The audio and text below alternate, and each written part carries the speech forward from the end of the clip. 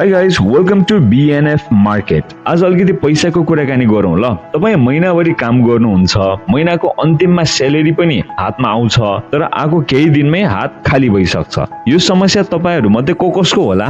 सायद धेरैको हुन सक्ला। अहिलेको समयमा हर कोही पैसाको पछाडी दौडिएकै छ। पैसा छ त साथी छ, आफन्त इष्टमित्र छन्, परिवारको खुशी र सुन्दर भविष्य छ। यो भन्दै गर्दा मनमा एउटा प्रश्न आइराखेको छ के पैसा कमाउनु मात्र फाइनान्शियल स्किल हो? यदि तपाई हो भन्दै हुनुहुन्छ भने सायद तपाई गलत पनि हुन सक्नुहुन्छ। किनभने पैसा कमाउनु मात्र ठूलो कुरा होइन, पैसालाई सही तरिकाले म्यानेजमेन्ट गर्नु चाहिँ ठूलो कुरा हो। आज म यहाँहरुलाई पैसा म्यानेजमेन्ट गर्ने 4 वटा स्किल्सहरु शेयर गर्दैछु। ध्यान दिएर सुन्नुस् ल। Number 1, budgeting skills. तपाईले महिनाभरि कहाँ कुन चीजमा खर्च गर्नुभयो त्यो टिपोट गर्नुस्। सीमित मात्रामा खर्च गर्ने कोशिश गर्नुस्, जथाभावी खर्च नगर्नुस्।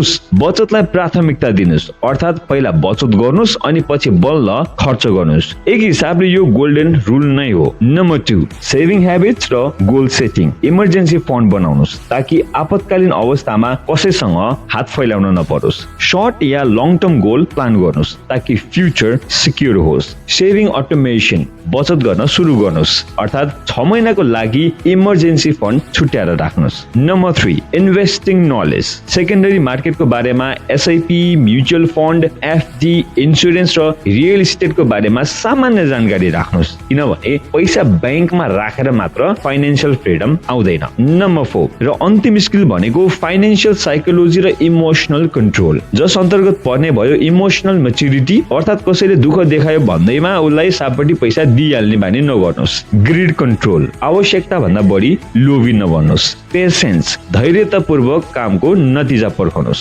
डिलेड ग्रेटिफिकेसन, आज सुरु गरेको काम भोलि नै सफल हुँदैन, त्यसकारण ढिलै भए पनि सन्तुष्ट हुन सिक्नुस्। सकेसम्म एकदम राम्रो र लङ टर्मसम्म फाइदा दिने स्किल सिक्नतिर लाग्नुस्।